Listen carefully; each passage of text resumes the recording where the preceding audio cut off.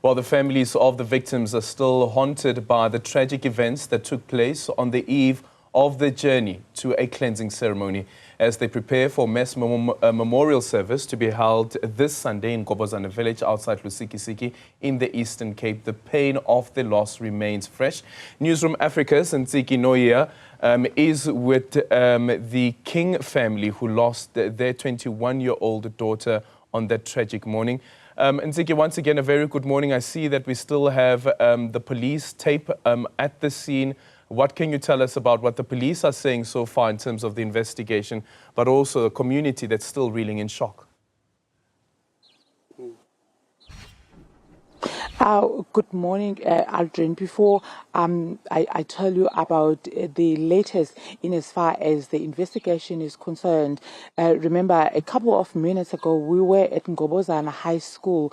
That is where Thabo Matu was doing grade 8 there, and when we were talking to his teacher, he was saying that he was a very, polite, very, a good boy inside and outside school premises, and that he wanted to be a lawyer. He was gunned down, Alden, together with his mother, Dimpo, in a house where we've been reporting that there were 4 people that were gunned down, and the 4th one is a man. That is the man that we were talking about, a 13-year-old boy who was doing that grade 8 in Ngobozana High School. But families, as you have rightfully said, so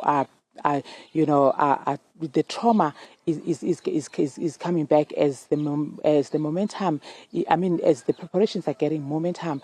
I heard of Sunday's mass memorial service to be held here at Ngobozana. But I'm joined now by David King, Ruth King's uncle. Ruth was 21 years old when he was gunned down last Saturday. She was with her mom, and you are her mom's. You are the brother to her mom's husband. Yes, that's right. I just want to find out, Mr. King. Now that you are preparing for Sunday's mass funeral, of course, you'll be hosting your own private funeral service. How is the family doing, and how are you coping leading up to a mass funeral on Sunday? Good morning, Ntsiki, and to your viewers. We are not okay at all. Actually, I feel that the mother's even worse, because I do sleep over at my brother's place now and again, and whilst we are still sleeping, you would hear her crying, you would hear her praying, and the way she prays, it's not like a normal prayer. She's like talking to God.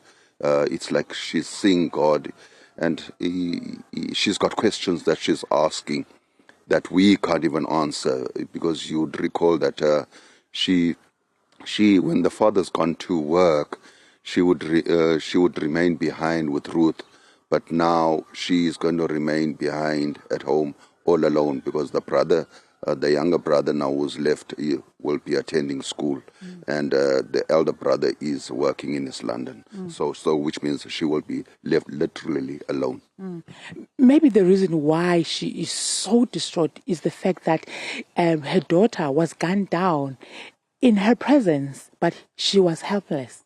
Exactly, Ntsiki. It was right here in this house where she was gunned down. She was actually in the other room when this happened.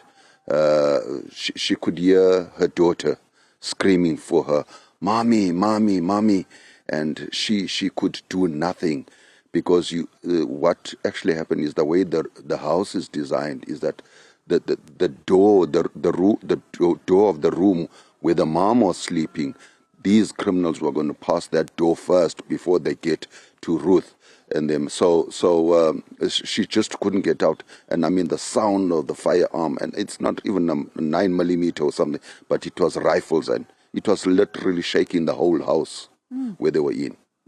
Has she been receiving counseling from social workers, and you as the family at large, because you are also affected directly so? Well, we've been waiting for her to receive counseling. As a result, I wasn't even aware that she's received counseling because we had actually given up on it. But I've just recently called her before this interview, and she's confirmed that a day ago she has received counseling. Yeah. Thank you so much, David King. Ruth Uncle, telling us what happened on that day and how's the family feeling. Coming back to your question, Aldrin, about the investigation, we understand that one person is still we understand, being questioned about this particular case that is investigated by police officers from the national office. And the statement, Aldrin, that we received from the National Commissioner spokesperson, Brigadier Atlenda Mate, is that I'm going to quote her direct words. She sent me something, reads as follows: police are not at liberty to provide a blow-by-blow update on progress in this case. Police investigations are at a sensitive stage, and we request space to conduct a thorough investigation that will ensure we present a watertight case that will be able to stand in court. The National Commissioner of South African Police Service, General Fani Masemola, will provide an update at the right time. That is a statement, unquote, Aldrin, from Brigadier Atlenda Mate. When I was asking her about whether or not the person that has been taken in for questioning is still with the police and whether or not the arrest is imminent as they've promised earlier on. As we're crisscrossing this village and the surrounding villages, Aldrin, checking on families on how they're coping as preparations gaining momentum to a mass memorial service on Sunday. We are going to speak to another family in an hour or so. Aldrin. Thank you so much for that update there. Ntsiki Nohiya joining us from Lusikisiki. That is the scene where around 18 people in total were gunned down, and the 18th person, of course, dying later on in hospital. Thank you so much for that update.